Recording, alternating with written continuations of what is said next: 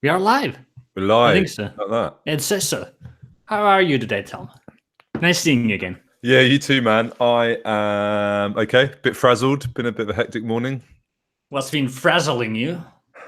Oh, just some days, lots of different stuff happens, and like you wake up with your plan of what to do, and then you remember there's a bunch of other stuff. Like I'm going to LA next week, and I had to do my ESTA form and shit like that to let me in the country and sort out, make sure we're gonna get our flights and things like that.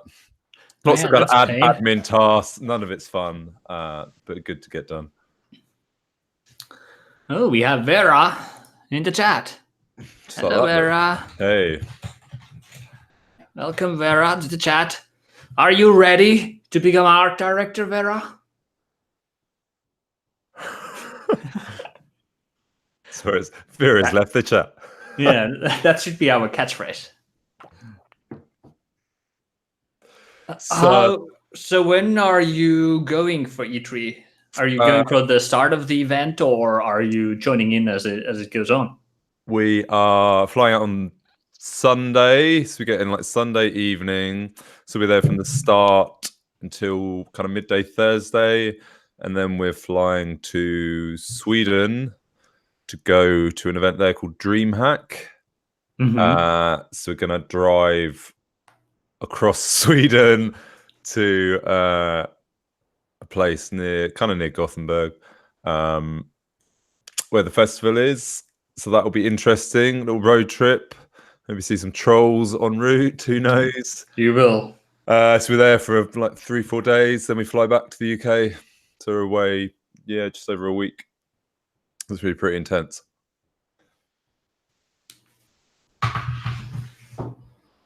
What kind of events are you going to have in E3?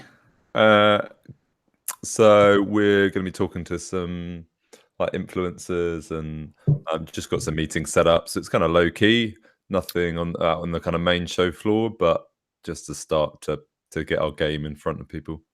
Are you theoretically now an influencer too? I don't know. I guess anyone with a following is kind of an influencer, right? But some people do it more actively than others. I find it difficult in some ways because I think it's very hard I don't really like critiquing other people's stuff too much because I know how much effort it goes into, particularly games. That's true. But I do share stuff I like, particularly indie things. How much is the influencer's role to critique things, and how much is it to sell things instead? I think that's where it's difficult. I mean, I know some stuff is a lot of the paid things recently will be like, okay, we've got to sell the product, so you can't be too mean about it, but here's some things you can poke fun at. I think that's fine, but I do wonder if that's kind of the crest of a wave that will come crashing down because people will start to view everything with cynicism. I think it's still new enough that people accept that stuff without really realizing that someone's been paid, that's true, several $100,000 to do it. And once that becomes more common knowledge, it's just an advert then, right? It's not. It becomes slightly more disingenuous. Although the flip side is a lot of the big influencers can choose what they want to do, so they're not. You wouldn't think they do something they don't like. So it's interesting change in how you reach the consumer and where people get their information about what games and films and stuff to watch and look at next. It's a very different world from the one I grew up in, or to be honest, even the world there was when I was at Sony. Yeah, we started working really heavily with influencers already while I was still at Wuga and working on the mobile games industry, because it's so incorporated in the whole kind of free mentality. People consume influencer products usually for free, and it's really easy for them to ask their listeners or followers to check out this product if it's also free to play. It's so much harder to ask somebody buy something because the threshold is much more higher. Yeah. So yeah, today's chat. Oh, welcome to Herding Cats, everybody. Look at that segue. Yeah, this is a podcast. Is this a podcast or whatcast? Videocast? It's a video cast, I guess. It's a video cast. Yeah, Let's call it podcast for consistency's sake. Where two art directors teach others how to become one with the very one and only Tom Jones. Hello. And my name is Silver Saramel, and we're both with a decade of art direction experiences from both mobile to AAA to marketing and advertising, and in this series we go through the hassle of how to become an art director and what does it even mean to be an art director as well. And we do this because it's really fun to educate others. We'd love to give a little bit back to people and the internet, because we both are self-learners and got so much when we started out. And also for selfish reasons, it's really hard to learn as an art director when you've done it for so long, unless you make more projects that are really long. And we're kind of using this opportunity to talk to each other and other art directors to learn from each other's mistakes and experiences and kind of get passively better at art directing ourselves. I think it's something we've touched on in the past, is that it can be quite a solitary role, and it's not really set up to, share. Like if you're in a big studio and you're a character artist or an environment artist, you'll tend to have a team of other artists who are doing similar stuff to you, potentially ones with more experience or a wider skill set that you can learn from. But actually, when you're in a kind of art director role, chances are you're the only guy or girl doing that at that time. So unless it's a huge studio like, I don't know, Ubisoft or something like that, where there's multiple teams with multiple art directors that you can catch up with, or EA or something, the capacity to learn off others, I think, is diminished. Unless, I was rose up through Sony, so had art directors above me for a while that I've obviously learned from. But yeah, in terms of actively doing it on a day-to-day basis, I think that's very different and kind of overlooked in some ways. I think it's a shame. I totally agree. There's usually a limit or some sort of a gap when it comes to art direction education, which we're kind of trying to figure out and fix now for ourselves. But before we get to the episode's topic, which is about Styleguides and potentially pitching, if we get there as well, let's say hi to a few people from the chat. There we have Vera already. We said hi to Vera. Then also Angel on it says hi from Vegan Devs. Who is Vegan Devs? Do you know? Tom Jones? I don't. Well, Vegan Devs. Tell us in the chat. Yeah, we'd love to know, how do we know you, Vegan Devs? And we're super happy that you're here. And Vera, who is trying to be a concept artist first before an art director, it will make your life 100 times easier if you know your enemies first. It's a good way of putting it, yeah. Art directors are very simple creatures with very simple needs, and hopefully this podcast can help you maneuver around them. And hello, Kaya, as well. I hope to hear a lot of good questions from you guys. So, Tom, tell us about Styleguides. Why do we make Styleguides for projects? I think they're the kind of thing that you maybe either love them or hate them. I hate them. I know you hate them. That's why I said it like that. I'm going to immediately contradict what I said. I don't mind them. I don't love them or hate them. So I'm in the middle. I make really good Styleguides and I hate them. I found on Rigs, the kind of last project I worked on at Sony, we had quite a lot of success with them very early on in the project,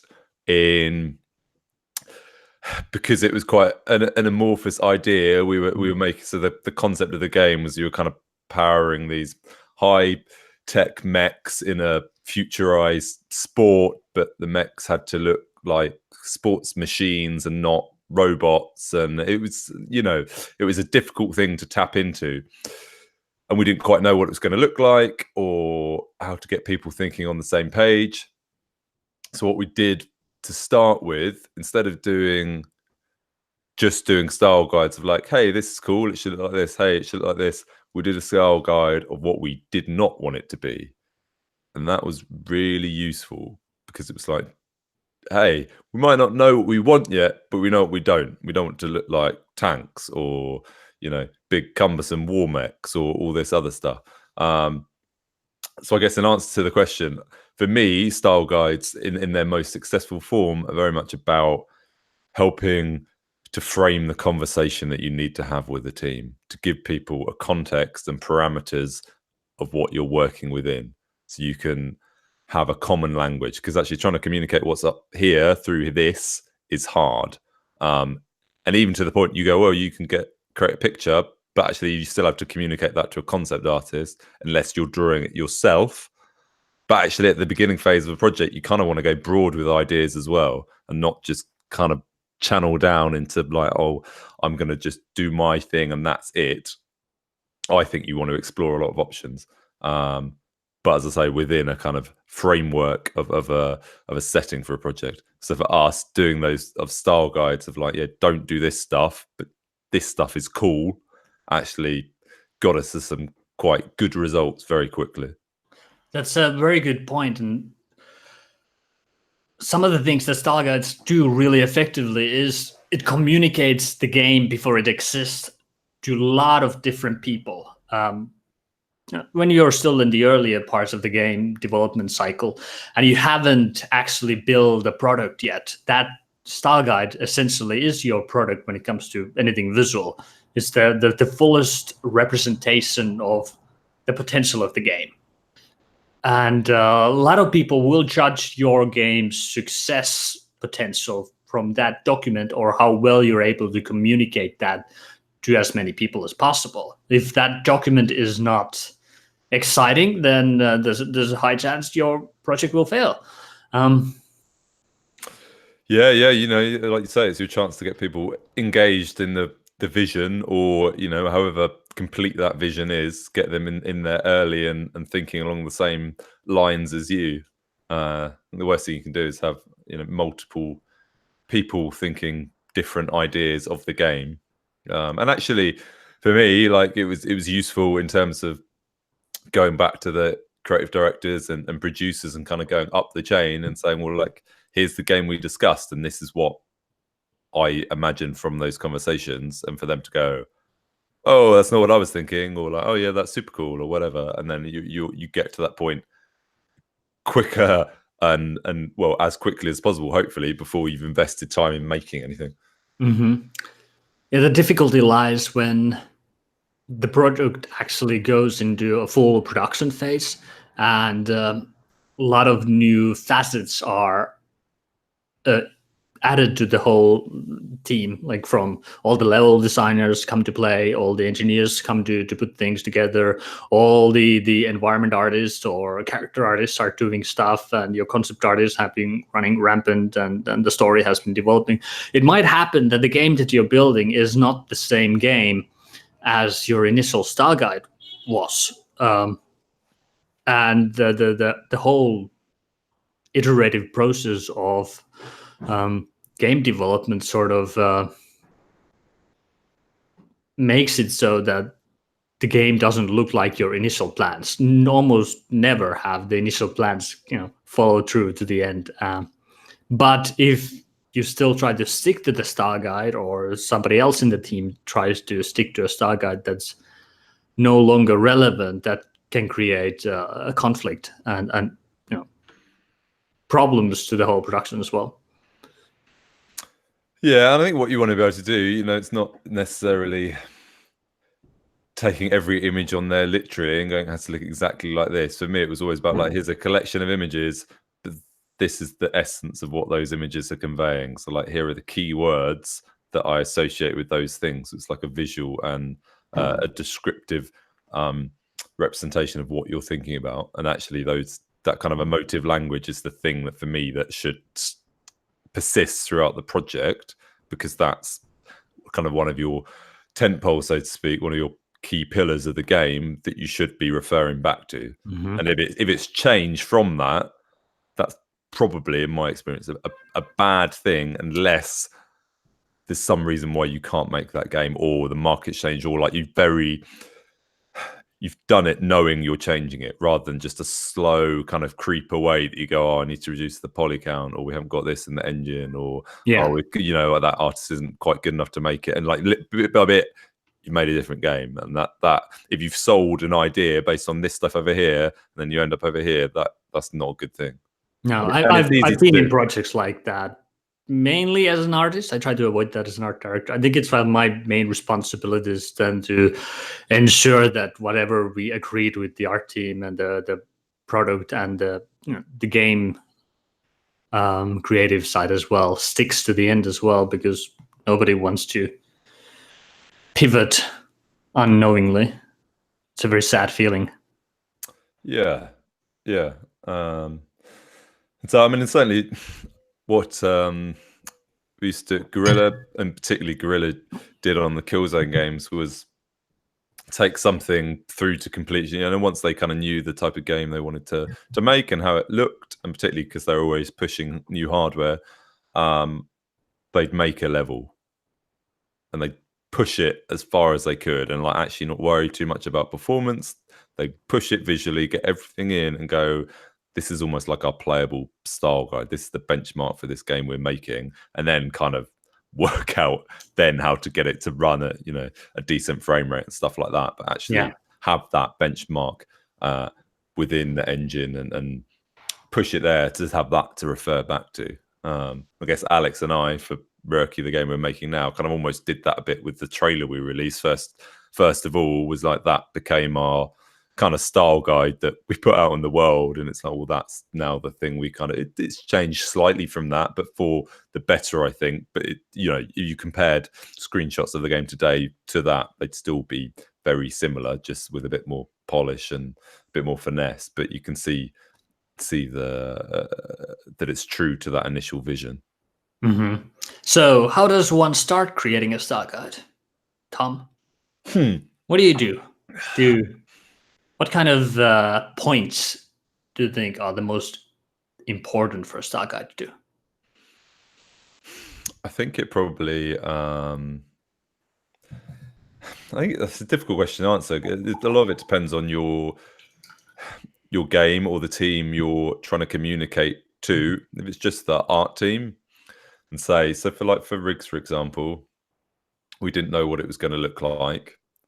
We didn't know what the arenas were going to look like. We didn't know what the machines were going to look like. We didn't know what any of it was going to look like. There was a big challenge there within the style guides to start answering some of those questions.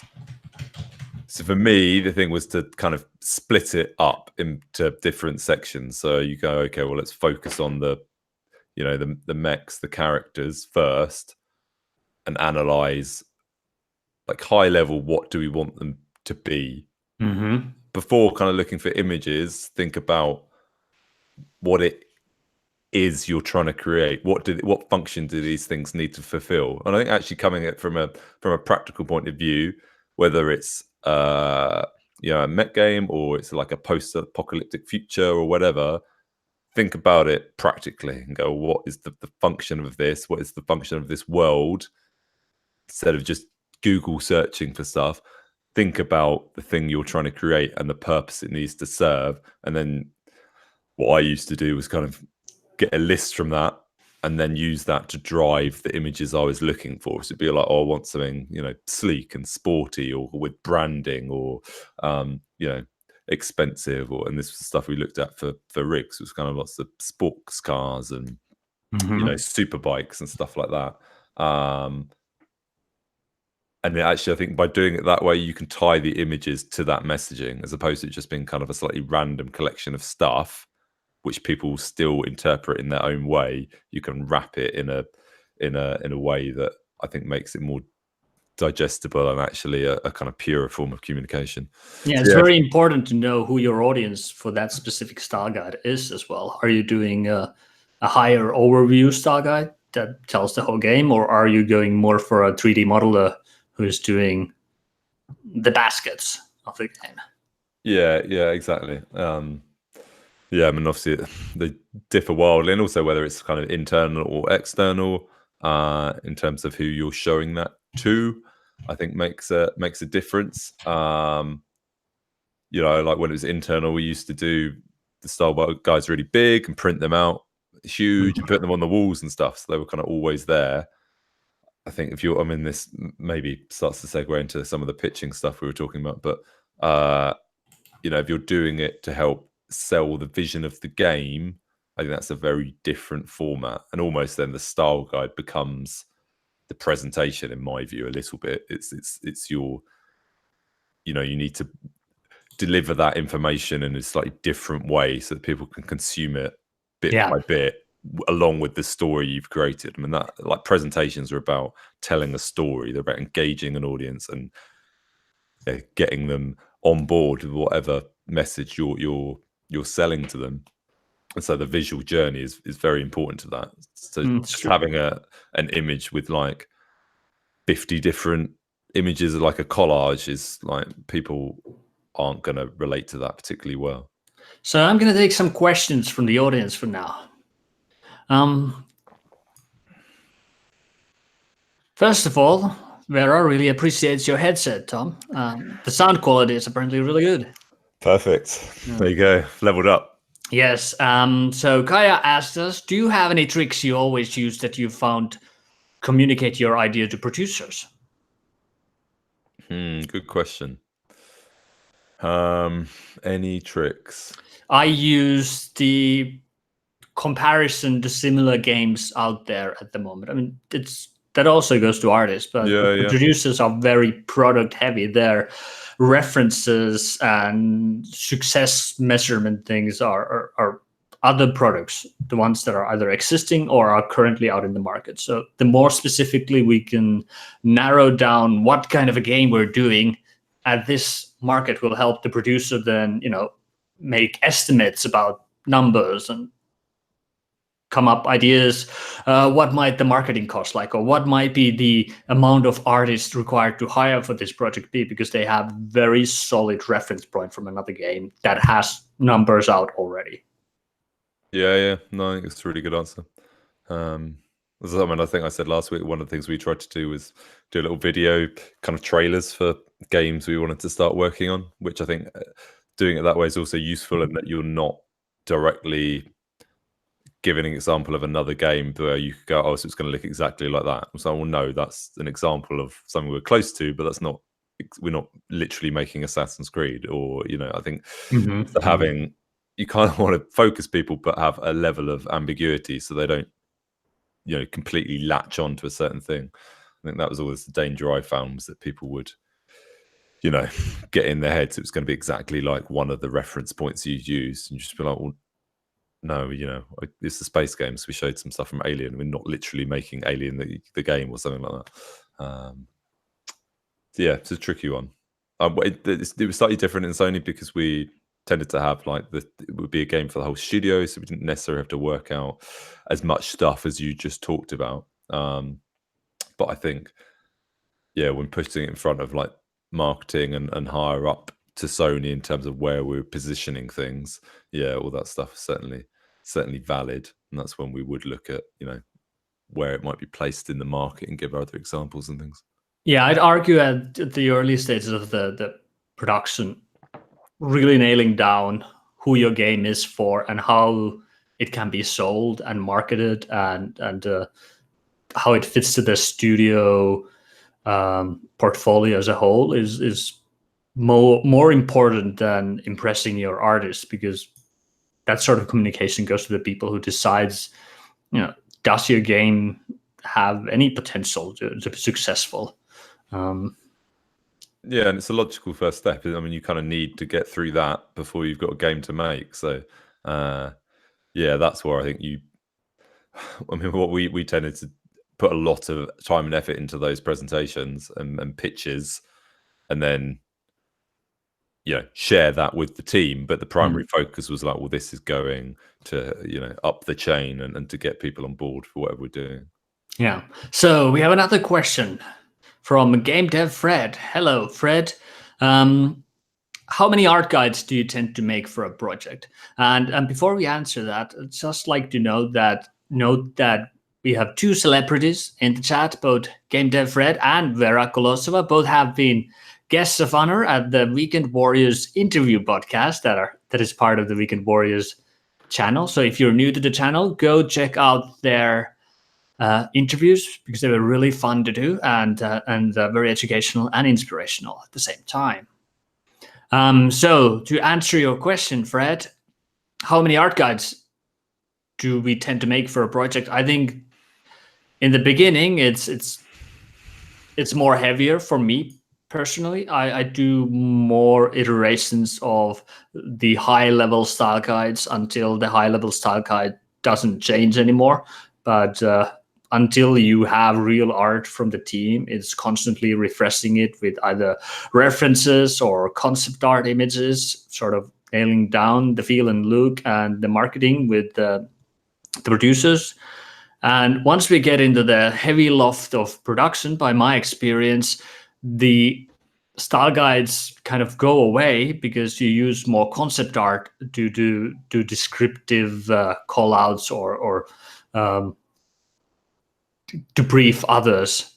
And then maybe at the end of the production cycle, we start doing style guides again when it goes to syncing the marketing again with the overall vision of the game and adding all the new assets to the style guides.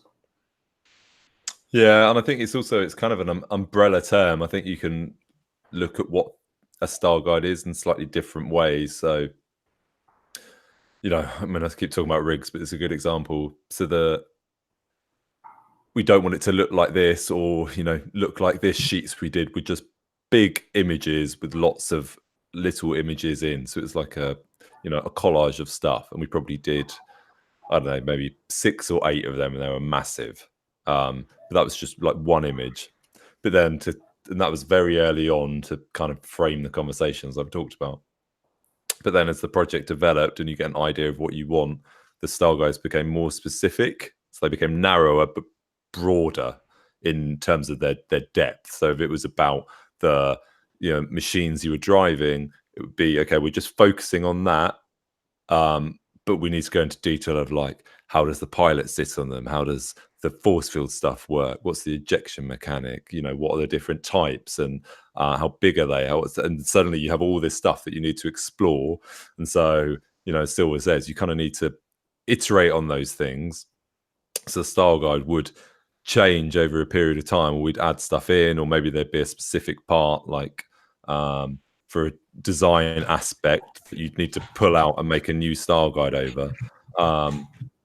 But in terms of having loads of different style guides, I think you shouldn't, personally, I don't think, if you've got loads, I think it's probably too many, because people aren't going to read them all anyway. You kind of want a few focus ones that cover off the stuff you need to do. So maybe you've got one for environments and one for characters, and then if you're outsourcing and doing that kind of stuff, then you'll need them for maybe it's a different type of style guide again, like how do we make our assets, and you send that off. So I think they're quite targeted. But yeah, I guess for me, we probably had maybe half a dozen across the project that kind of got recycled. And then actually the trouble is they're not the most fun thing in the world to do. So we probably didn't update them enough. I think the danger is you get to a point where your core team knows what they're doing and you go, oh, I can stop doing that now.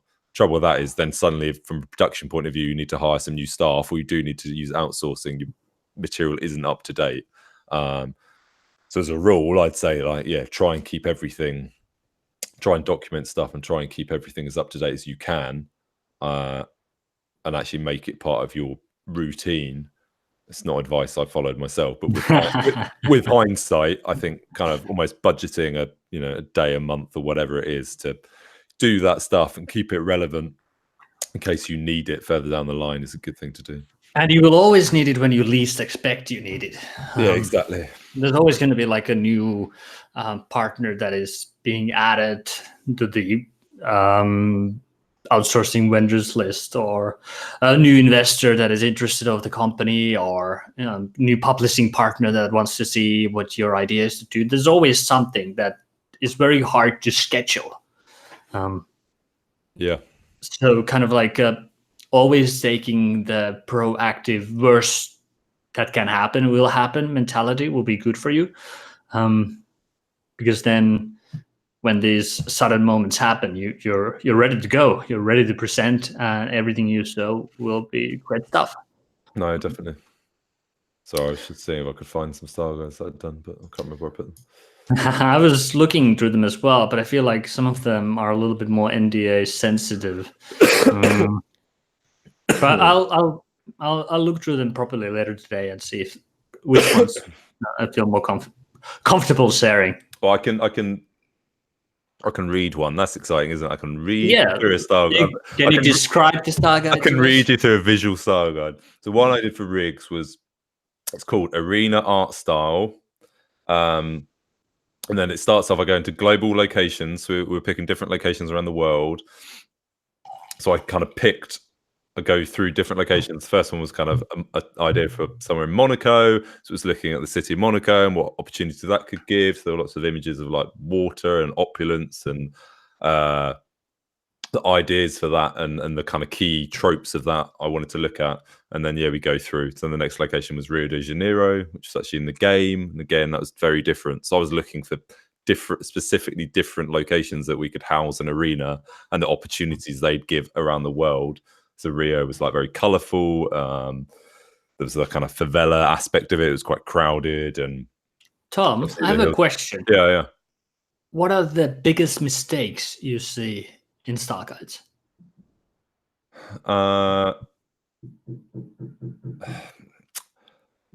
For me, it comes back to not being clear. It's like it's the message you want to get across, and I think it's worth, if they're kind of cobbled together and they contradict themselves within the style guide, it's not a good style guide.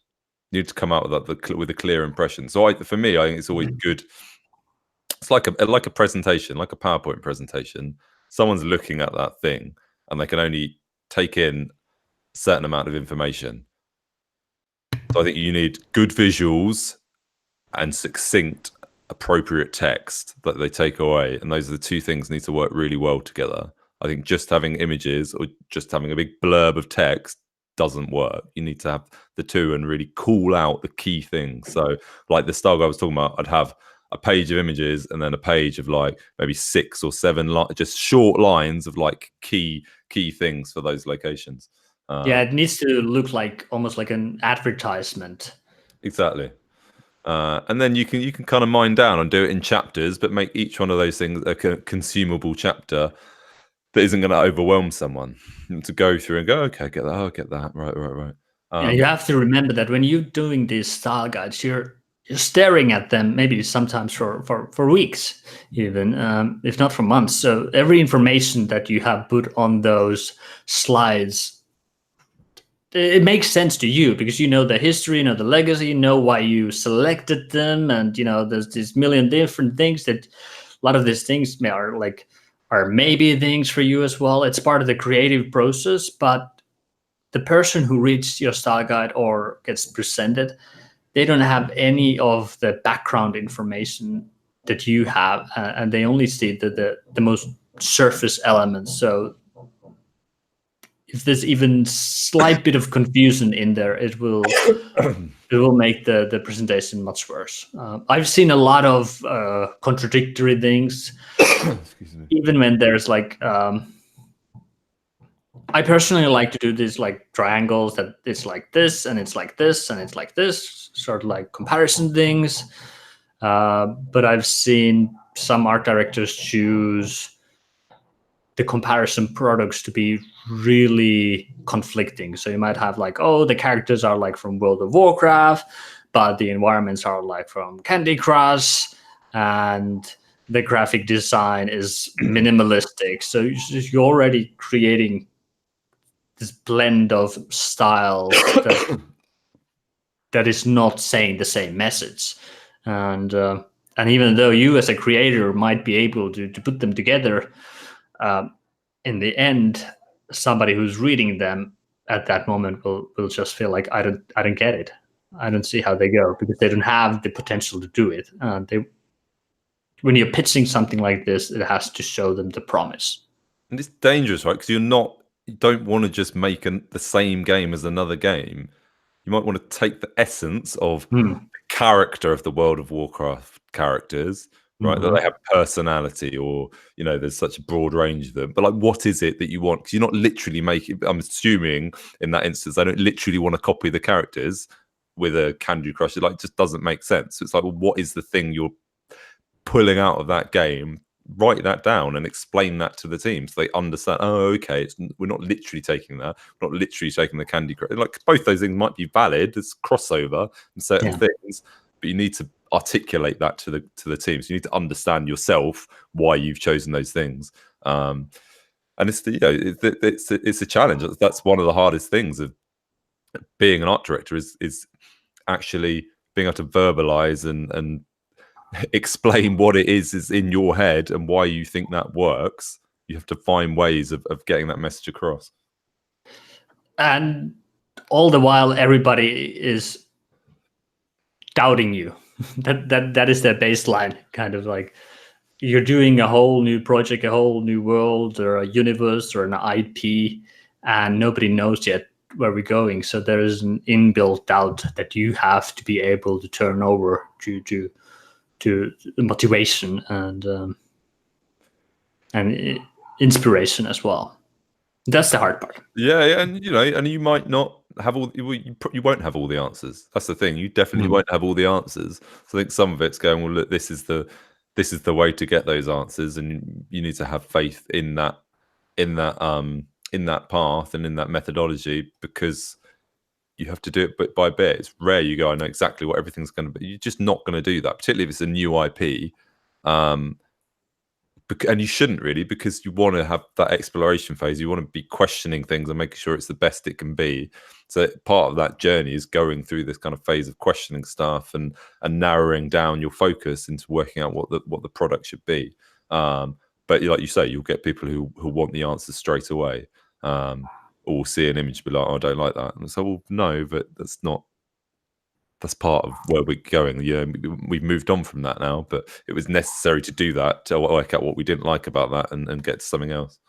Yeah, this is the part where it helps if you have some good concept art as well as your kind of like first proof of concept to it. Yeah, I mean, that's just jump in on that. One of the things we did on rigs. Sorry, I'm just Googling. Let's see if I can find any of them online.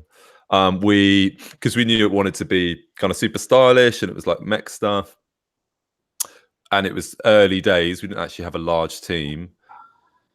We decided to just outsource some of the concept art and find someone we felt would tap into the thing we wanted very quickly. So we approached a concept artist called Aaron Beck, who did a lot of stuff for Weta, and he's worked on like Elysium, and his stuff's just really cool. He does like quick photo bashing stuff. It's kind of quite high end. And he's into like sports cars and things. So we were like, this is quite a good fit potentially.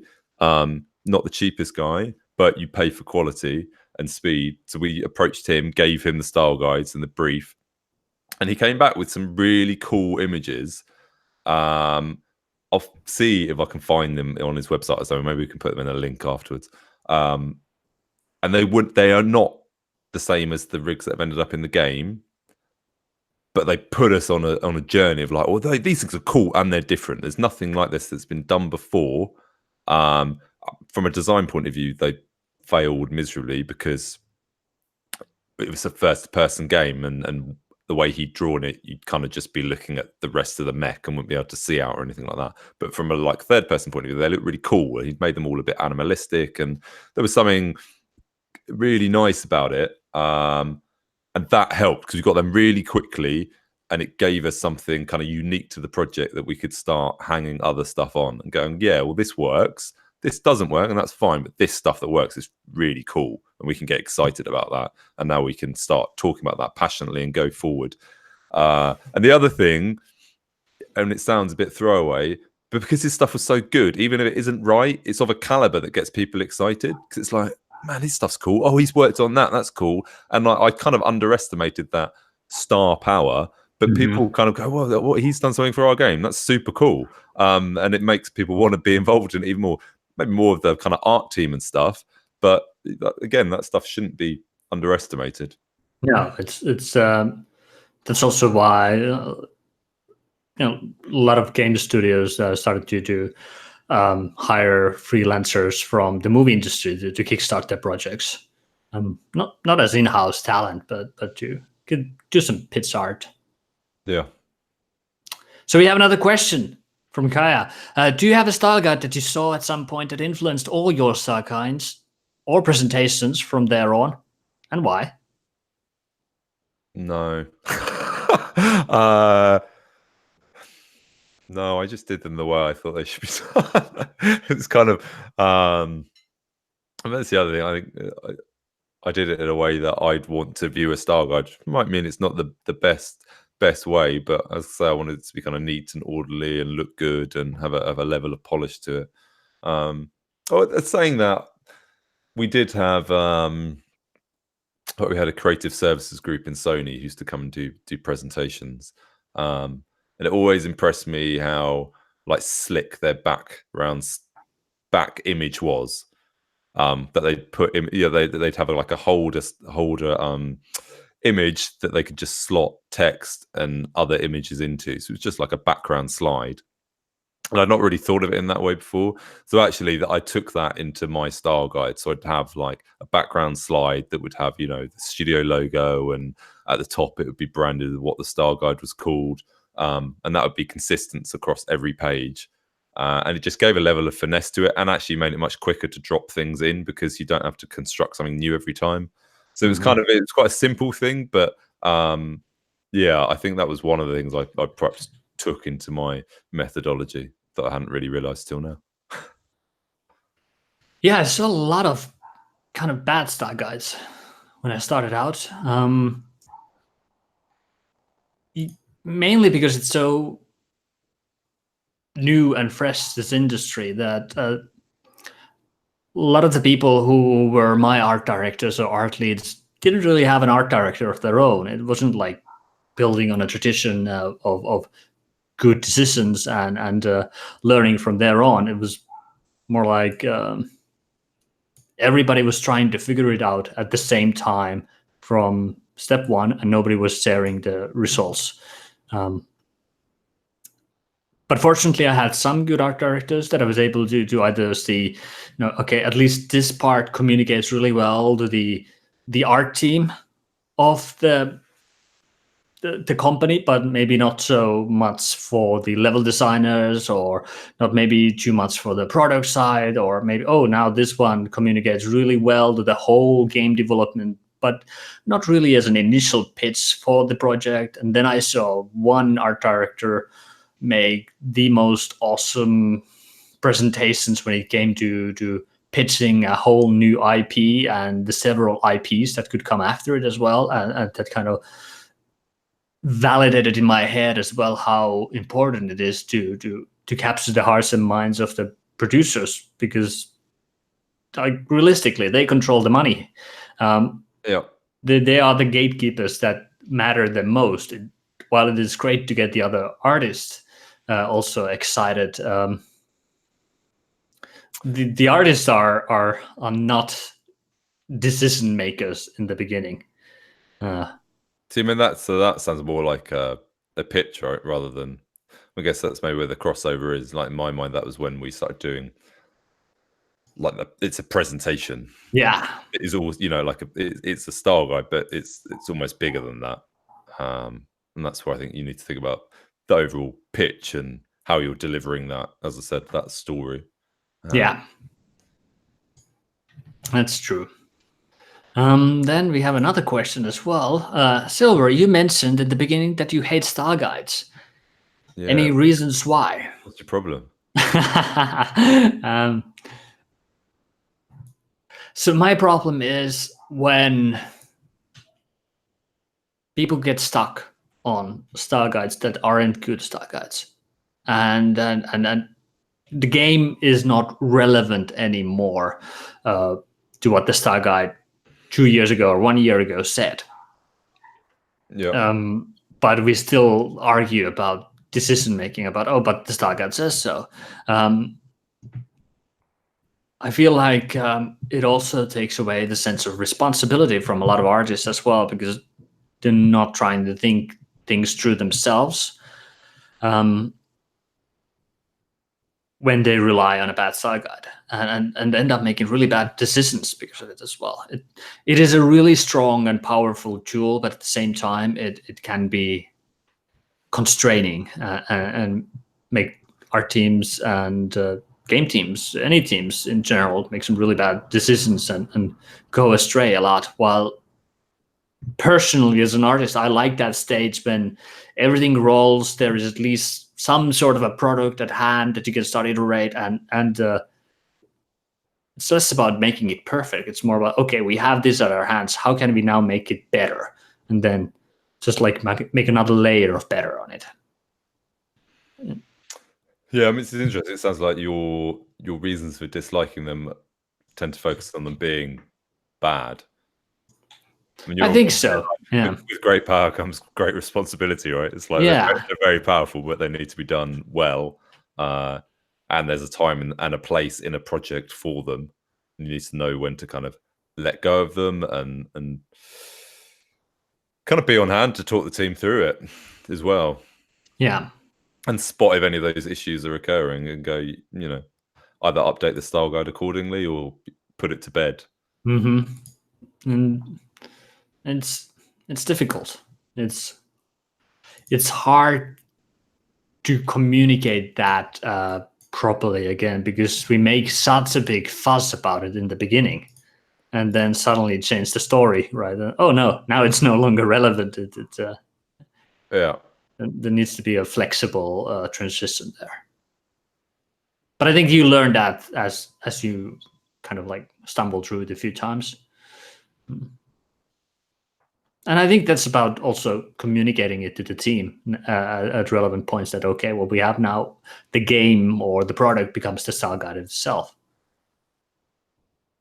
Yeah, and I mean, for me, generally, I was always very much a fan of just being honest with people and keeping them in the loop and making sure that information you're discussing is relevant. And if things have changed and it's shit, call that out. So I'm sorry, these are the reasons for it. And actually, at the end of the day, they're important reasons and it'll make the game better. It might not be like that now, but and it has meant that this style guide is no longer relevant, or we can't do this, make it look this way because the design has changed, because the original design isn't fun.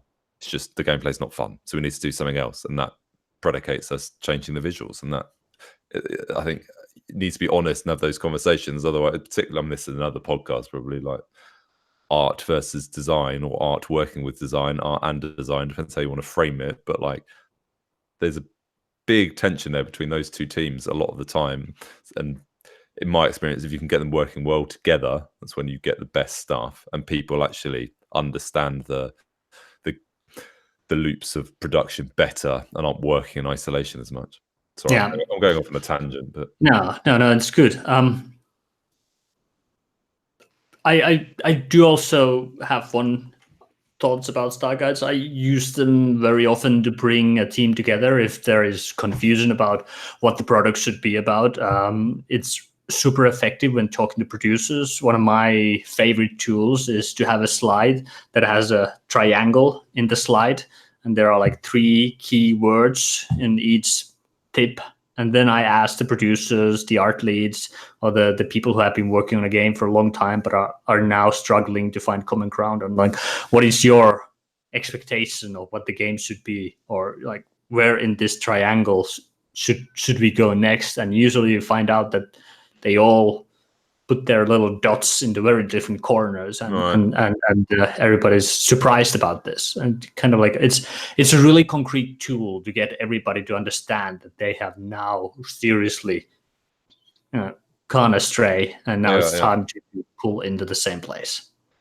Yeah, but it's for a moment it works. It's not something that you then have to hack on to for the rest of your life. No, and projects take it. Certainly in my world at Sony, projects would take 2, 3, sometimes longer years. So stuff's going to change in that time. You have to react to it and recognize when you want to use things for their kind of maximum impact. Yeah. Certainly, from my experience, at the start of the project was always the the most impactful time to bring a group of people together, getting towards the same kind of vision. That makes sense. All right, let's see. We don't have any more questions from the audience. If you guys have anything else to ask, we would be happy to answer. What was your biggest learning with Styleguides, Tom?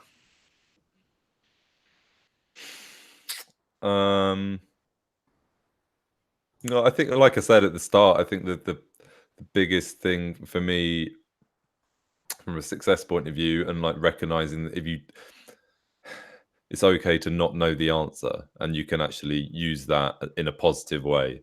So having a collection of images that are things you do not want, you don't need to know what you want, but you can say what you don't want is often as worthwhile.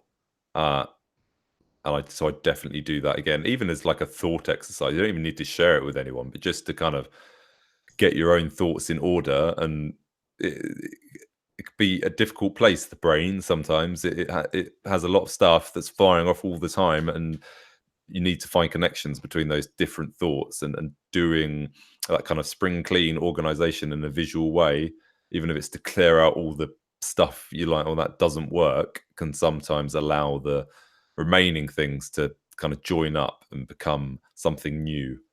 So I found that a really useful process. So I'd definitely do that again. My biggest learnings, 3 bullet points maximum per slide.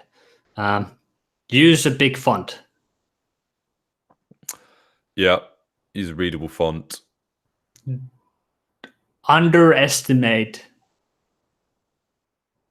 kind of like how readable you are, and make it more readable after that. You can only communicate better. I mean, that goes for presentations as well. The thing that used to do my nut is when... Do your nut? This is probably an English expression, like do my head in. Okay, yeah, it's definitely English. There you go. Take that away. Was when people put up a lot of text in a presentation and then stand there reading it, and that takes longer. You've already read it and you're still listening to them read it, instead of having something really succinct and a few kind of key words that they talk about more, that they actually give you more information about. So you're like, bam, I've read them. What does that mean? Can you talk me through them? So you can go through each point and actually give some in-depth information about those bullet points, and you haven't lost the audience, because they're not just reading something and ignoring you. They've done their reading. They're just listening to what you're saying, and they're wondering what like those kind of bullet points mean. Like if you put evocative words or something like high level, you're providing context. Exactly. So I think that's more a presentation, but Styleguides are presentations, so I think that's all really valid. That's true. Same with like in presentations, make sure you have images.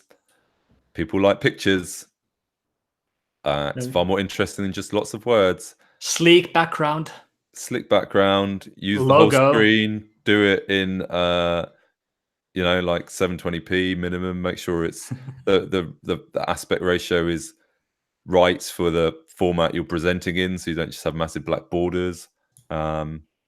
Just basic stuff, like take some pride in the way you're presenting it. If it doesn't look good, you're already sending a message of that you're not producing the highest quality stuff.